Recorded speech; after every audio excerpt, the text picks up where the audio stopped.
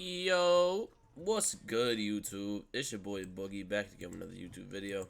I got some old gym gameplay for y'all in the background while I'm playing this. I'm gonna also be talking about some more NBA 2K23 stuff that I missed yesterday that I kind of just want to go over real quick,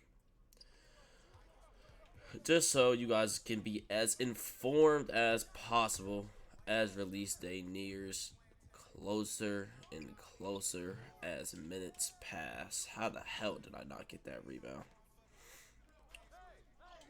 That shit.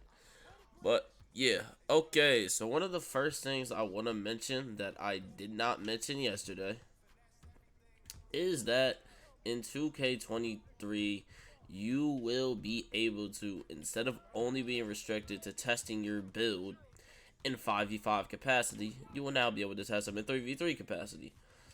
Because 2K starting to realize a lot of people aren't making these builds for 5v5 basketball. They're strictly playing park to a sense in most cases. So they want to make it more helpful for everyone involved.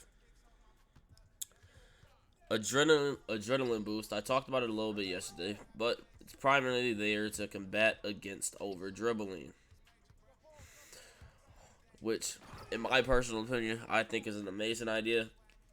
Because if anyone who's actually seen my videos knows my playstyle, knows that I'm not a huge over dribbler. I like to do 1-2 moves, get to my spot, do what I gotta do. So that works perfectly for me. But yeah, adrenaline boost is a new feature.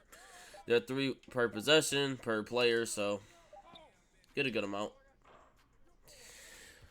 Yep. 15 more shot meters can also be unlocked throughout the season, which I think is kind of overkill, but 2K can do what they want, I guess. They said some of these shot meters are built to be similar to the shot meters of 2K16, 2K17, 2K18, 2K20, all stuff like that. So yeah, some other stuff.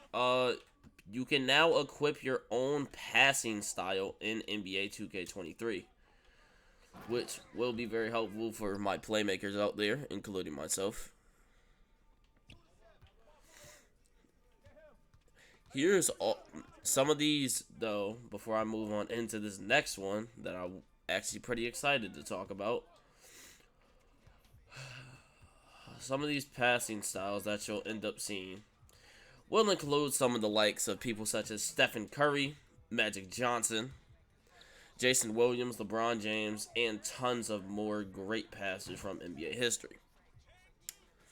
Now, here's one of the ones that I'm actually excited for. Well, both of these that I have coming up next, I'm actually excited for because they fit my personal playstyle actually pretty well, and brings us back to a more real-life centered version of 2K, which is always enjoyable in my personal opinion. I don't know why that dumbass on my team just went up with that shit, though. That actually just annoyed me a little bit. But yeah, you can change your player's normal signature size ups by rocking the pro stick back and forth rhythmically. By rocking the pro stick back and forth. Fuck y'all niggas. Can't even speak right now. Rapid double throws will give you the aforementioned new combos. Another major dribbling change is the introduction of attacking size ups. Ooh, on your fucking muffin, nigga. One of the things we wanted to improve in NBA 2K was that the size up moves looked cool, but weren't very useful. Words from Mike Wang himself. Oh yeah, outlet. Bang that for me. Okay. Yo, fuck you, my nigga. You couldn't get my assist? You're not gonna get the bucket either. Here's another one that I actually really do like, though. No more small guards will be able to pull off LeBron James level chase down blocks like last year. You'll also notice a distinct improvement in ball security for good dunkers. It's actually amazing. The new attacking size ups provide a lot more side to side movement and are way better at forcing the defense to drop and shift, allowing you to bait them one way and attack the other. Something great ball handlers are able to do so well in real life. And energy will also deplete much quicker when spamming too many moves together, but they say this shit every year, so we'll see. Again, I talked about this briefly yesterday, but there are 4 points that have distinct shooting stats to help determine its effectiveness: shot speed, release height, defensive immunity, and your timing impact.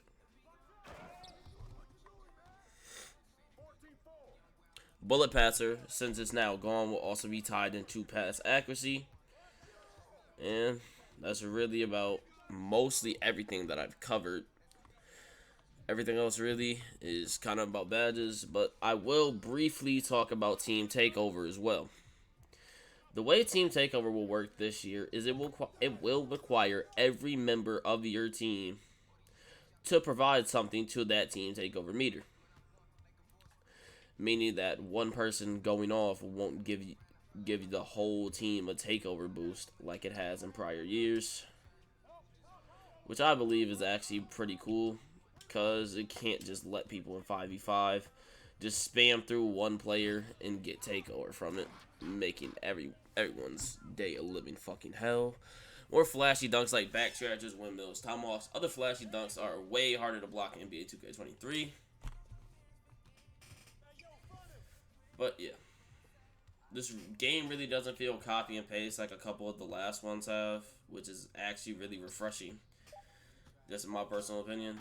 The only thing I think could make this game the best 2K to come out in a couple of years would be if there was a demo. If there's a demo to this game, that shit would be groundbreaking, bro. Honestly. Ooh, top fucking order, nigga. Know my body.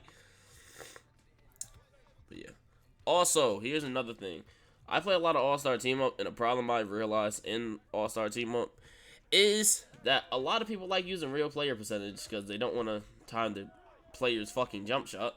And I've noticed that's also a problem in some park games. So, what they've done now is made it so it's not a viable option for NBA 2K23 online play.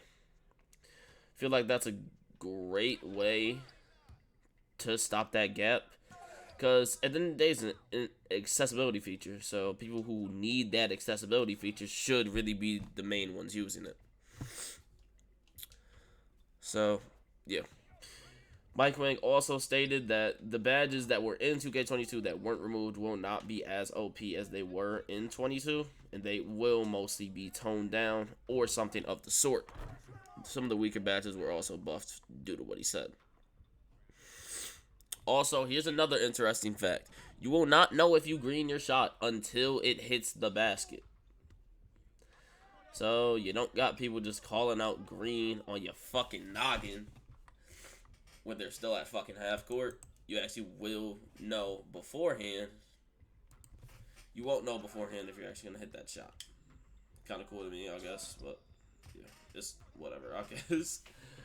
That's really everything I have to cover outside of everything I already got yesterday. So, gonna keep providing news videos like this to y'all until this game drops. Might sneak in a couple all-star team up videos or even just gameplay videos like this.